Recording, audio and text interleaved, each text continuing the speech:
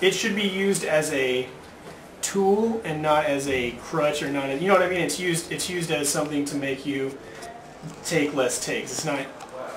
TJ's making me nervous here. But no, the tool is designed to take a performance that has like the perfect emotion, and you went a little flat on this note, so we'll fix it. It's not there to be on the whole time and sound like a laser. And there's certain bands out there that, you know, they perform live with auto-tune, and it just kind of that waters down, like you don't really know who can and can't sing anymore. But I think that, and you know, the whole deathcore thing, like it's been around for a long time. Like it's been around probably since, you know, the beginning of this decade. But it's starting to be like what metalcore was in 2005. Deathcore is now. You know, like the bands like there's really good bands in that genre out there, but it's quickly becoming the genre that people latch onto and start making their, you know, copying bands and copying bands who copy bands, and it just starting to get watered down. But you can definitely tell which bands are the ones who are trying to distance themselves. Like a band like Job for a Cowboy, they started out, you know, as one of the first bands in that scene, and they've completely distanced themselves from it and became just a straight up, you know, technical death metal band that's, you know, super respected now. And they play, you know, with super respected bands in the death metal genre. So yeah, I think so. That's kind of the answer to the next one too, wasn't it? Where do I see it going actually? Joshua had 3 questions for me actually. Okay, so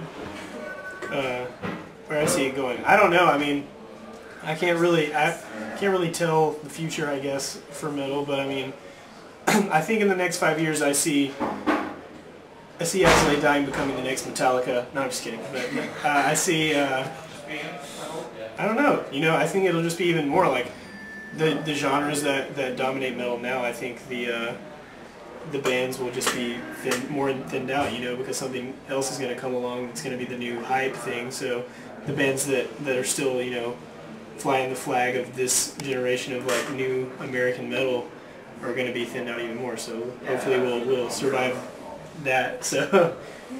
Yeah. And then he also wants to know, what are your favorite records of 2010 so far? Diamond Eyes, Deftones for sure is my favorite. I don't think what other records I've even been to this year. I really like the new Circa Survive record. It's really good.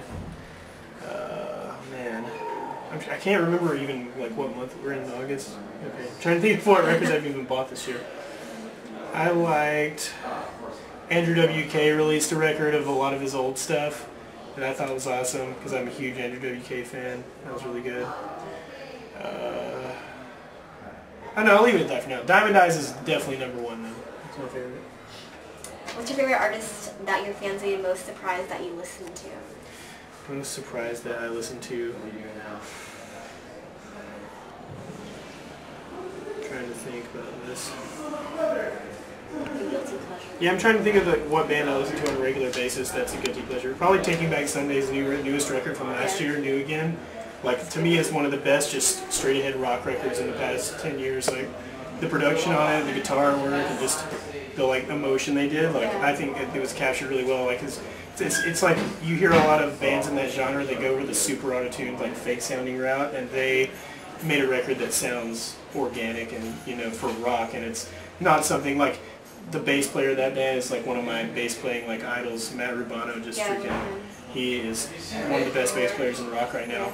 And it sucks that they kicked him out, but or whatever happened with them. They have their old lineup. I'm kind of bummed about that because I was stoked on their new lineup, but we'll see what they have. But yeah, probably Taking Back Sunday. Tom Araya likes them too, so I don't feel quite as bad. And then lastly, tell everybody why they should check out As I Dying. And you mean the live show or the band just like in general? Either one. Okay, well, you're going to want to check us out because we have a super awesome light show, some fog, and you know, we like to like jump around and like throw our guitars around and stuff, and like we have a sweet light guy named Uncle Brian, he's right there. How you doing? Yeah, that's him. Don't worry. Yeah, he makes it happen on stage, you know, makes us look awesome.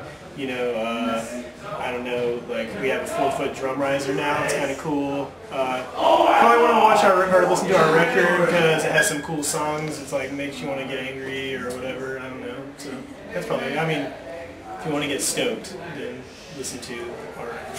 Alright, thanks for doing this interview. You're welcome.